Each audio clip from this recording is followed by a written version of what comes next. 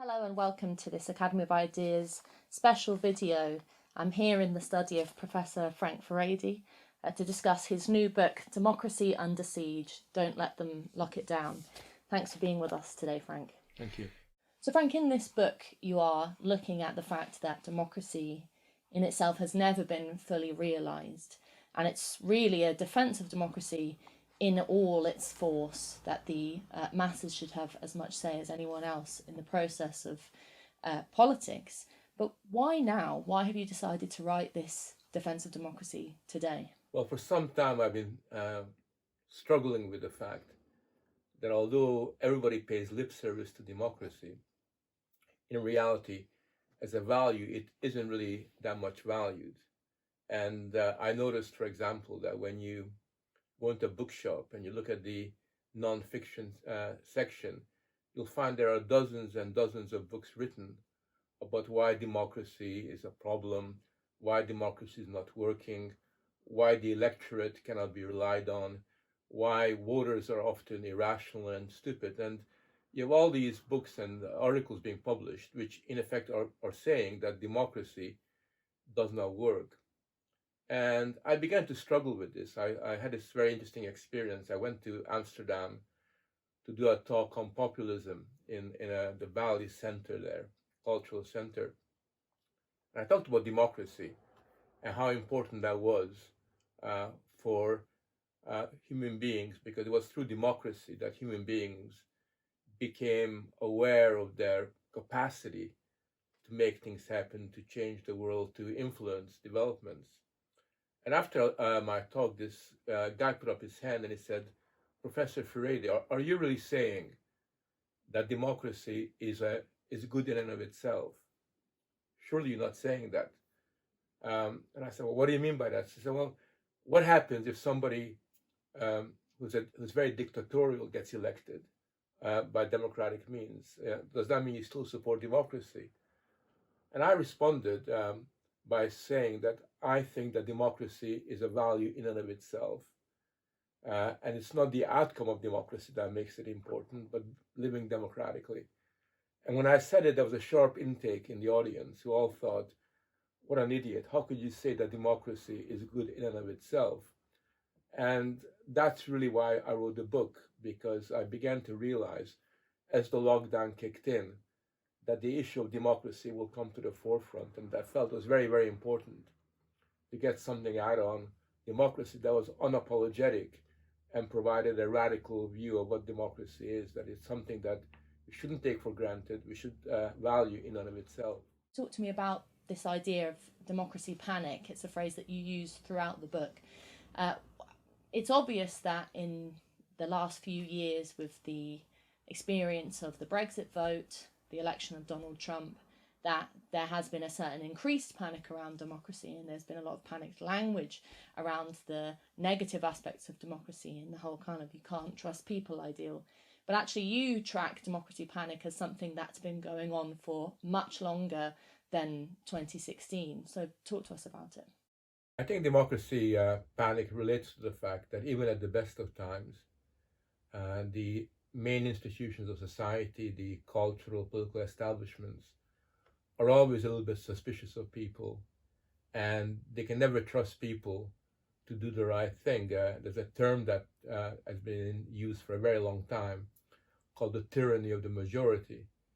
Not the tyranny of the minority, but it's the tyranny of the majority that they're worried about, which is that somehow the majority, by voting the wrong way or making the wrong kind of decisions, will somehow be tyrannical and unrestrained, that kind of sense of a mob overtaking civilized society. And I use the term democracy panic to talk about the fact that democracy and in the discussions is often coupled with a warning, a health warning, not too much. In fact, just last week, I saw an article in the Financial Times which basically was arguing in the headline, democracy, the less the better.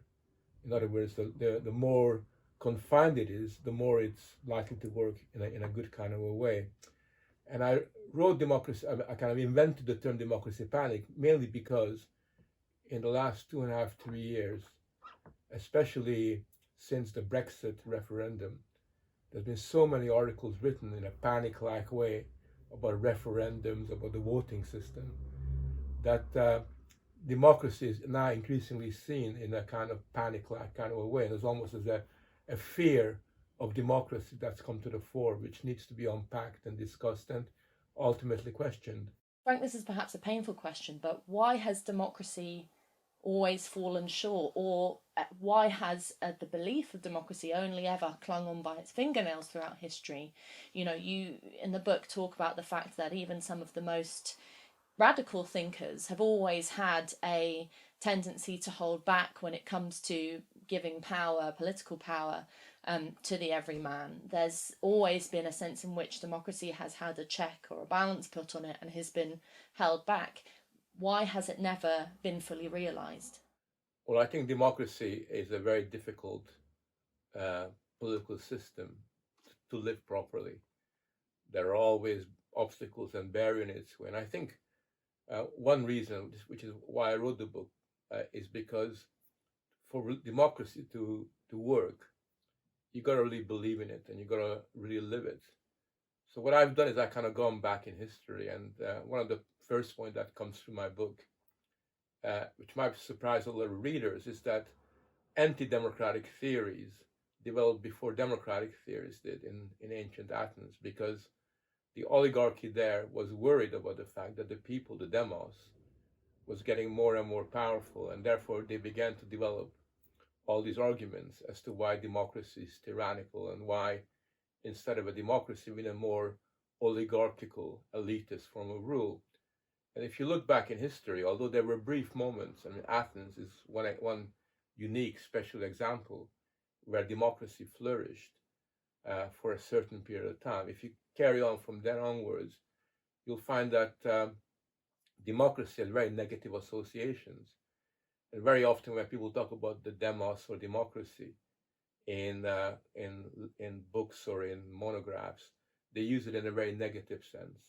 And that goes all the way through the ancient world, the medieval world, all the way through the 19th century. By and large, democracy has got very negative associations. And it's only with there are certain moments in the English Civil War, or the English Revolution, if you want to call it that. There's also the French and the American revolutions in the 18th century, where ideals about democracy come to the surface.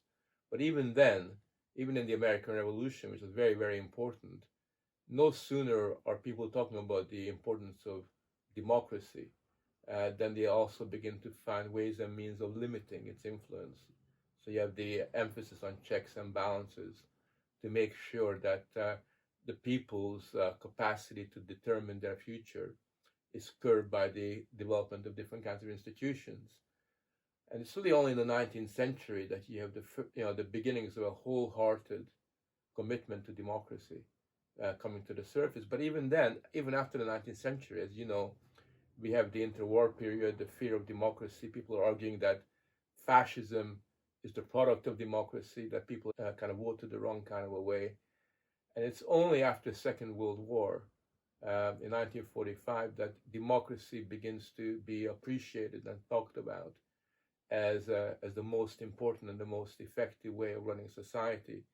From 1945 onwards, people and the establishments pay lip service to democracy, but again, only to limit its kind of influence. So the point I'm trying to get across is that democracy is there in the background, sometimes appreciated, most often seen as a threat. But nevertheless, it will not go away for the very simple reason that people realize that by the time you get to a modern society, somehow or another, you need to have some form of popular consent, some kind of democratic decision making. And once you realize this, then the question becomes for some people how to limit that democracy. But for people like me, the question becomes how you expand it and how you give it real meaning and real content. Well, some supporters of the Academy of Ideas will know that we have a great belief in the Enlightenment and Enlightenment thinkers and the idea of the age of reason and logic and a trust in people. But as you point out in the book, many of the thinkers of that time held back and were restrained when it came to a trust in the people. They talk about the idea of needing to have some kind of control, whether it be through religion, whether it be through later on control of the media. Does it come as a shock to some people that actually these thinkers, from Mill to Kant, actually didn't have a true belief in democracy? No, I think people often don't realize that individuals, great philosophers, from Spinoza onwards um, to Kant, who are making very major, important contributions to enlightened thought, at the same time are a bit wary and feel a little bit estranged from ordinary people, the uneducated masses. And I think there's a sense in which, for a very, very long time, this kind of concern about people and trusting people is so profound that people's inclinations to move in a democratic direction becomes restrained. And I think that's particularly striking in the case of Spinoza, one of the first individual to recognize the importance of having a more kind of anti kind of oligarchical, kind of open, liberal, tolerant, freedom-loving society. But then he loses his belief in freedom to some extent, certainly in democracy, when one of his friends, John de Witt, was head of the republic in Amsterdam, this new radical republic, gets lynched by the mobs who were being incited by the Protestant religious establishment. And instead of saying, well, look, people have been misled, democracy, democratic ideals were fairly weak and fragile, instead of realizing that there was very little support for genuine democracy, Spinoza draws the conclusion that the problem was the people, and he kind of adopts a much more anti-liberal orientation, far more hesitancy towards freedom than he did before. And that pattern, I think, kind of repeats itself time and time again in the centuries to come.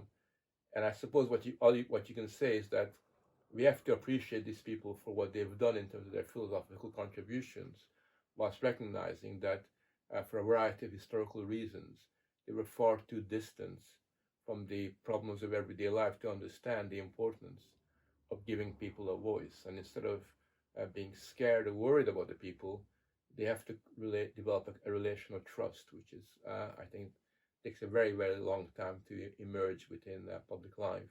Well, that leads me on to the question about education, because it's often used almost as a get-out clause by many of these thinkers. The idea, well, democracy is all very well and good, but it's only well and good if the people who are involved in the democratic process are educated. And of course, the uneducated masses really can't ever possibly have a say in things because they simply don't have the know-how. And it's something that's become a kind of fascination today with the idea of citizens' assemblies. This idea that all you have to do really is get citizens into a room and hothouse them, and give them a really intense education in whatever the policy or topic is, and only in that way will they be able to fully participate in the democratic process. But doesn't that really act as a crutch or a barrier to true democratic engagement, that there always comes with a proviso that it's only if you're educated? And I'm not trying to be Philistine and say that education isn't important, but how does that tension square itself? I think you're right. Your instincts are right, because right from, I suppose, the 18th century onwards, there was an assumption that only certain kinds of people could really understand the challenges facing society, and only a particular class of people could be trusted to make the right kind of judgment calls. And the argument that was often used, and this is an argument that goes back in the 18th century, we live in a complex world. Issues are too difficult for ordinary people to understand. They're not educated enough to be able to play a positive role. They then came in with the argument that we now have a mass media in the 19th century that manipulates people, and people get the wrong ideas, they get seduced and corrupted by the media, and the only guarantee there is that society will go in the right kind of direction is if the educated sections, the experts, are going to be able to give them directions. And seems to me that this is fundamentally flawed, not because education is not important, education is important, but because at the end of the day, sort of people's experiences, both individually and along with the rest of their community, are really a valuable asset to making sense of the world. And that's something the philosopher Machiavelli recognized back in the days of the Renaissance, when he basically said that the wisdom of the many should be preferred to the wisdom of the few, because the many are far less likely to make extremely wrong decisions, and whereas an individual like you and I can very easily on a bad day come to the wrong kind of conclusions. And it seems to me that the key thing is to involve as many people as possible, allow voices to be heard, let people educate each other by arguing and debating and discussing the issues at stake. And I think that's how you resolve this kind of problem. The idea that somehow you create a citizens' assembly, or what's often called deliberative democracy, is actually a way of manipulating people. Because in this citizens' assembly, you take people out of their communities, out of their context, and you subject them to the views of their educators. You try to make those people like the educators are, instead of understanding that those people have ideas that are valuable in and of themselves, and they need to be heard, not kind of mediated through or filtered through a citizen assembly institution. It's true that today we don't have certainly in the West, threat of dictatorship. There's no threats to democracy in the kind of more traditional way you might see it, in terms of authoritarian rule or a real stamping down on it. In fact, actually, what you point out in the book is that in many ways threats to democracy are more subtle, particularly in this idea of safety versus freedom. And you track it back to the Hobbes's social contract, the idea that we should give up some aspects of our personal liberties in order to enjoy the protection and support of the absolute ruler. And I mean, it strikes me that we are living that quite literally today, not in terms of an absolute ruler, but under coronavirus regulations, we have given up many aspects of our personal freedom and our ability to act as individual autonomous agents, under the belief that we are being protected by not an absolute ruler, but by a government that is instituting emergency powers and all sorts of new regulations in order to protect us. That tension of safety and freedom, and actually a desire more for protection, seems to be the main way in which democracy is undermined today. What's the problem with that? I think that there's always been a tension between security and freedom in the way that it's being posed. And in more recent times, it's intensified, mainly because for about 20, 30 years now, safety has become the dominant value within society, to the point at which it's no longer to do with obvious forms of safety. It's become almost like a religion, where we assume that the world is unsafe inherently, which is why we think that safety is so important. And the flip side of the worshipping of safety is the idea that people are weak and fragile, not able to cope on their own. We call them vulnerable people who need support, and they need to be backed up. And if people are genuinely as weak and fragile and powerless as we try to make them out to be, and we kind of cultivate that kind of powerlessness in the way that we do, then the sense of the absence of safety becomes really very, very strong. And I think, unfortunately, in the contemporary Western world, a lot of people have internalized this ethos of the absence of safety, where they regard virtually every aspect of their life as potentially risky and dangerous. And that already preceded the pandemic. And so therefore, when the pandemic occurs, it was very easy for those ideas to acquire a more tangible form, and for governments to rely on people's fear for their safety to basically acquire great political significance. And the sad phenomenon is that you don't become safer, you don't become more secure by being less free. That's never been the case. If you give up your freedom, it doesn't mean to say that you're now, oh yes, I'm very safe, I'm very secure. What you do give up is your capacity to change things and to make things happen. And therefore, the idea there's a trade-off, a meaningful trade-off, is actually an illusion for a very simple reason that we need both to be secure but also to be free. And that's got to be the political ideal and the objective that we fight for in all circumstances, but especially when a pandemic is there. Frank, how far do you think that this is really applying to traditional ideas of left and right politics? I mean, a fear of democracy is more understandable in terms of the history of right-wing thought, because the concept that the poorest he should have as much say as the richest he is something that conservatives naturally you think would not be much in favour of, and you can understand the belief in elitism or the reliance on elitism when it comes to right-wing thought. But one of the things that you track in the book is the ways in which the left has more often than not fallen short when it comes to a defence of the intellect and the ability of the masses to engage in the political process. I mean, Robespierre, you point out, had and the thinkers of that time had this idea that actually religion was necessary to be able to control the sort of bubbling feelings and emotions and irrationalities of the masses, right up to the British Labour left throughout the 1900s, having a sense that whether it be through the process of institutions like unions or other means of instrumental ways of controlling the masses and their political desires, that democracy was always not thwarted but massaged into a way in which it was sort of amenable to the ruling elite of that time. Does it fall into left and right categories anymore? I mean, do we need a left-wing populism that harks back to some real and sort of true ideas of left-wing thought, or has that all gone out the window now? I think it has. I think that you're right to suggest that historically the fear of the people was characteristic of more right-wing political thought.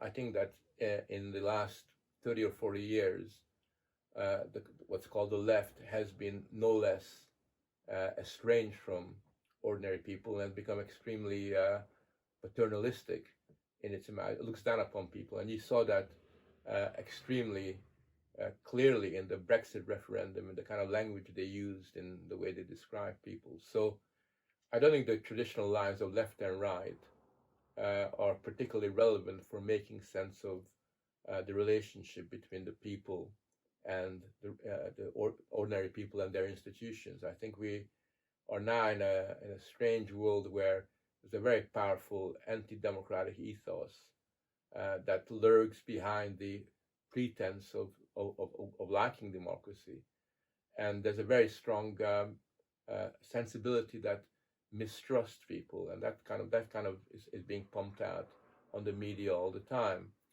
And I wrote the book primarily as a call for the creation of a more radical populist democratic sort of moment. I think that we need to almost kind of re-educate ourselves to understand what democracy is all about. I think we got to almost shrug ourselves off from the prejudices that have been attached to democracy, and we have to sort of provide an intellectual kind of backing to populist movements in the Western world, movements that are trying to give voice to the people and get them to gain confidence in democratic ideals, that they are on the right track.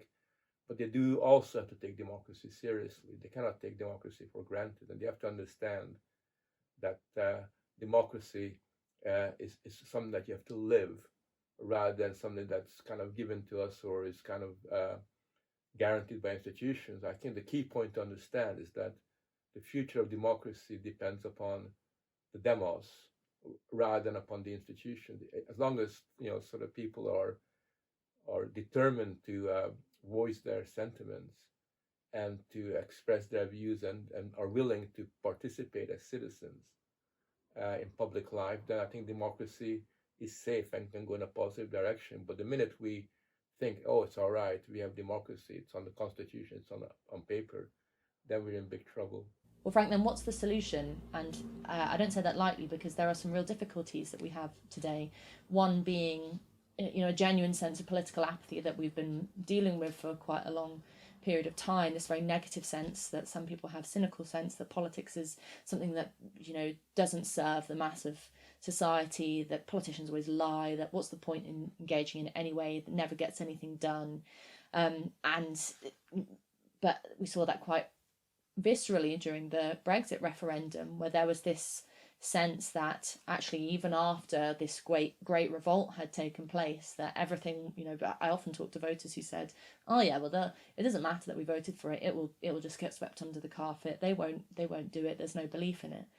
But then if you're arguing for an greater engagement in parliamentary democracy, I mean, that often also feels quite empty. It's a bit like a tick box exercise. You have to often pick the best of a bad bunch. The choices are rather poor.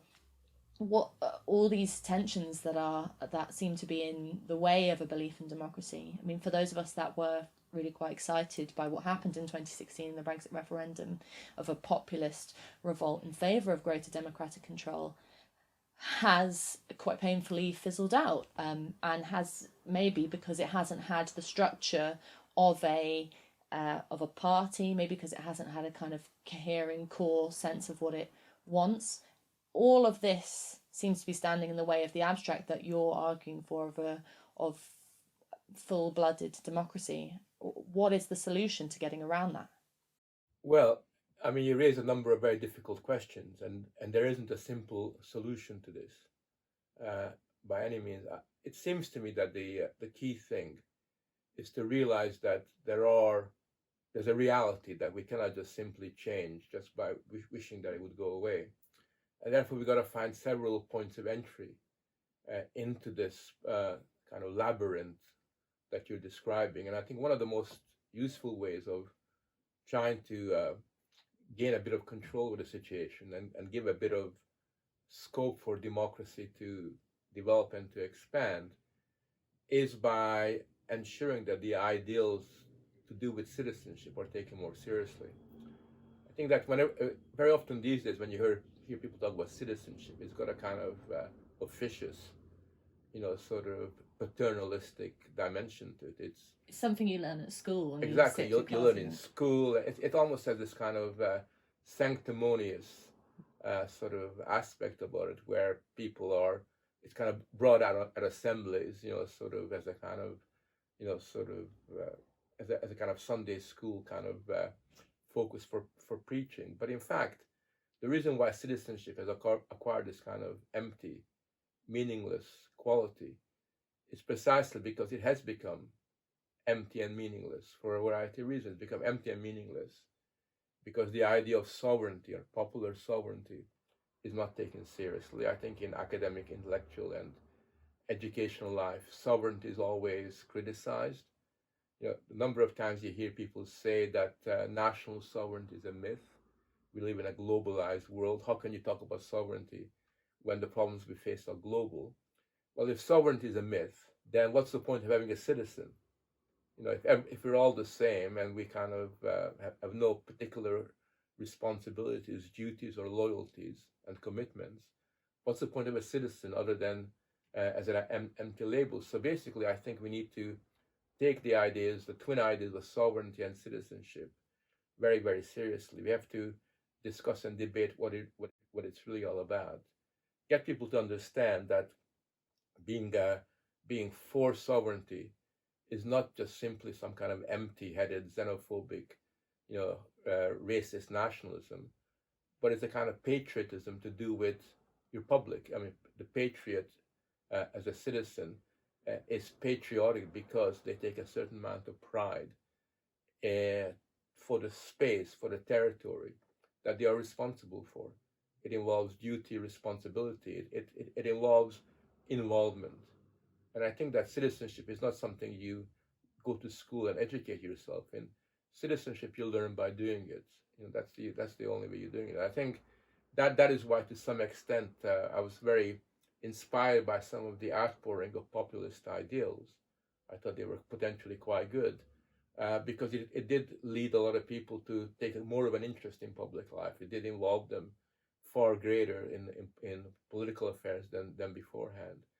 And I think that kind of energy needs to be harnessed towards idealizing yet again citizenship and sovereignty, which are badly in need of intellectual and moral support. So I think that's really where we have to begin with. And it seems to me that when we do that, then if you are able to harness the energy of people to act the role of citizens, then the problems you describe with parliamentary democracy will become minimized. If you have an electorate that isn't just simply ticking boxes, but is actually forcing politicians to account, then you've taken another step forward. And then we can begin to see where do we head from that point onwards, how we create an even greater scope for the realization of democracy. That's really how I see the way forward at the moment. Well, one of the things that you've highlighted in the book as a key focus, or perhaps the starting point for any belief in democracy, is freedom of speech. And as you track in the book, it's something which really no one has defended in its entirety, that whether it be the idea, contemporary ideas that sort of mass culture and media and fake news and propaganda threatens people, and that there should be censorship in order to maintain a kind of control on what people have access to heresy laws and blasphemy of the past. That actually one of the key things you point out is that despite there being this understanding that it's bad for people to have bad information, there has never been an argument for, well, throw open the doors and let people read and listen to and express as much as they want with all kinds of information. There's always been the opposite, the desire to control it even further. Defending free speech, no ifs, no buts, will get you into hot water on all ends of the political spectrum. Why is it so important to defend it today? Well, I think free speech is foundational, because unless you can express your views, unless you can say what you think, unless you can declare what you wish for, what you aspire to, then all the other freedoms become meaningless. All the other freedoms, where it's freedom of movement, sort of your freedom to participate in certain kinds of institutions, the free market, all these things, your kind of agency becomes entirely minimized. And people don't realize that unless we can say what we think, then our thoughts become useless. I mean, what's the point having your own thoughts if you cannot really kind of express those?